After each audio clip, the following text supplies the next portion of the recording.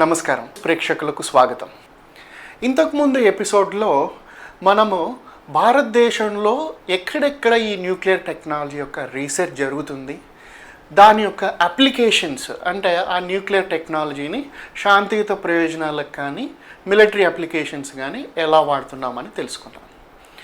ఇప్పుడు భారతదేశంలో ఏ రకమైనటువంటి న్యూక్లియర్ రియాక్టర్స్ అనేవి ఉన్నాయి, వాటి యొక్క విశిష్టత ఏమిటి, దాని గురించి మనం ఈ ఎపిసోడ్లో తెలుసుకుందాం.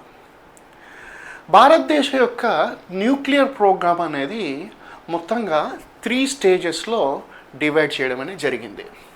Phase 1, phase 2 and phase 3.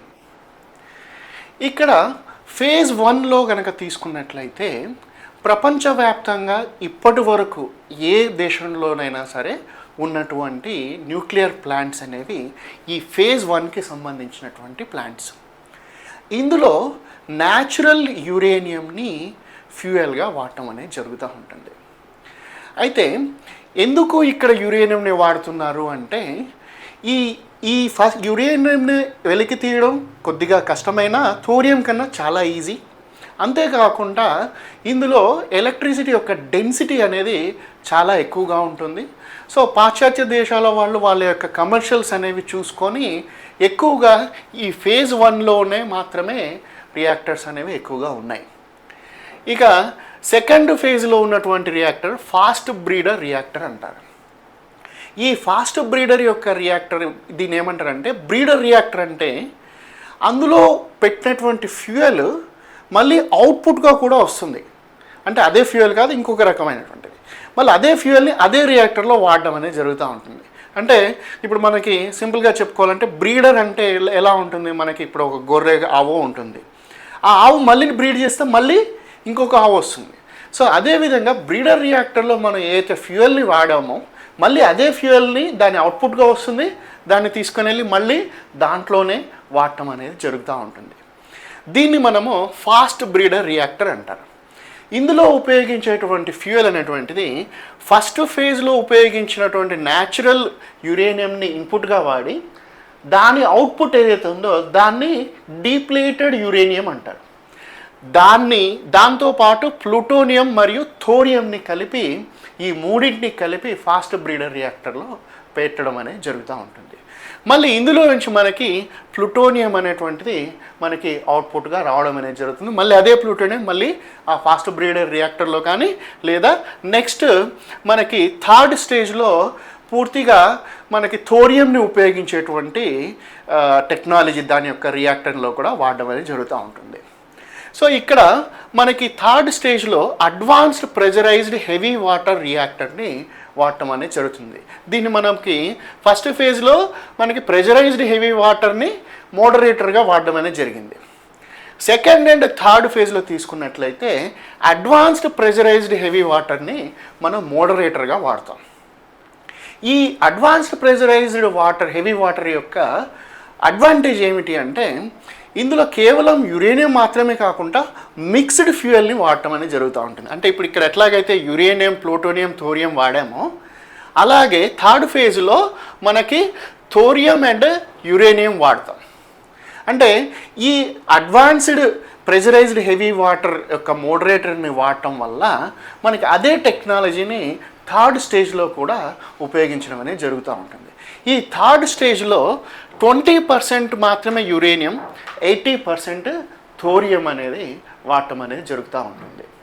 So ఇక్కడ మనకి నెక్స్ట్ ఇంకొక రియాక్టర్ వచ్చేసేసి మాల్టెన్ సాల్ట్ రియాక్టర్. అంటే ఇందులో లిక్విడ్ బేస్డ్ సాల్ట్స్ని మోడరేటర్గా వాడటం అనేది జరుగుతూ ఉంది. భారతదేశంలో ఇది ఇంకా అండర్ డెవలప్మెంట్లోనే మాత్రమే ఉంది. సో ఇక్కడ ప్రపంచవ్యాప్తంగా చూసుకున్నట్లయితే ఈ మాల్టెన్ సాల్ట్ రియాక్టర్ అనేది ప్రతి దేశం కూడా ఇంకా డెవలప్మెంట్ స్టేజ్లో ఉంది. అందులో మనకి అడ్వాన్స్గా ఉన్నటువంటి దేశాలు చైనా, ఇండియా, అమెరికా ఇలాంటి దేశాలు అడ్వాన్స్డ్గా ఉన్నాయి. ఈవెన్ మనకి ఈ సెకండ్ స్టేజ్ని కూడా చాలా తక్కువ దేశాలు మాత్రమే వాడుతున్నాయి. అందులో భారతదేశం ఒకటి. ఇక్కడ మనకి కొంచెం డీటెయిల్గా మనకి చూసుకున్నట్లయితే ఇది మనకి డిపార్ట్మెంట్ ఆఫ్ అటామిక్ ఎనర్జీ వాళ్ళు ఇచ్చినటువంటి ఒక ప్లాన్. స్టేజ్ 1లో మనకి యురేనియం, డిప్లేటెడ్ యురేనియం వస్తుంది, దాన్ని మనం స్టేజ్ 2లో వాడతాము.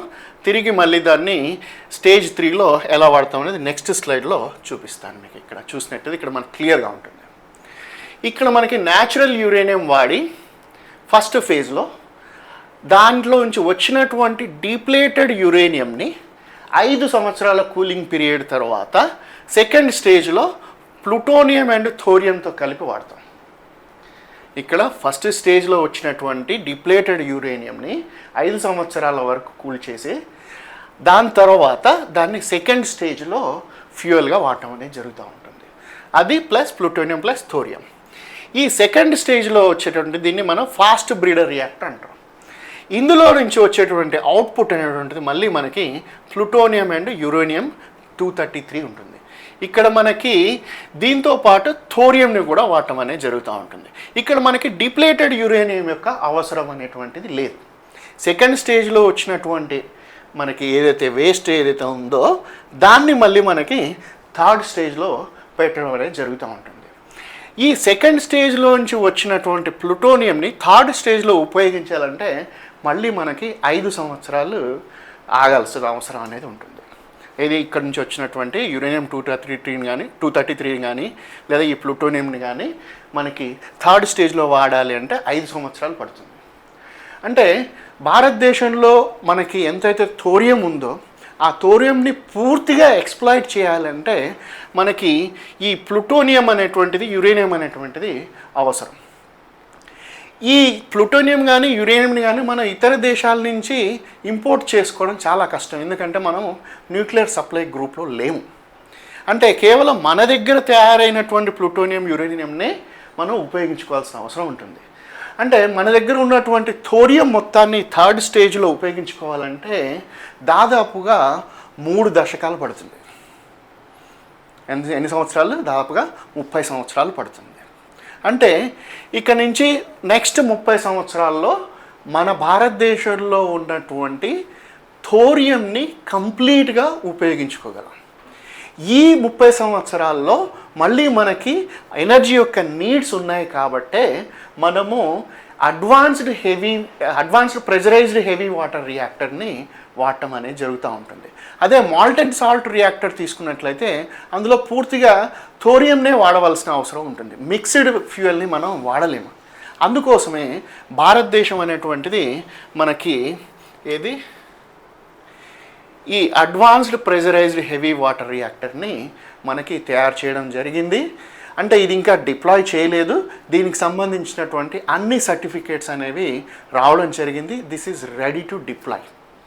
అర్థమైందా మీకు? సో ఇప్పుడు ఈ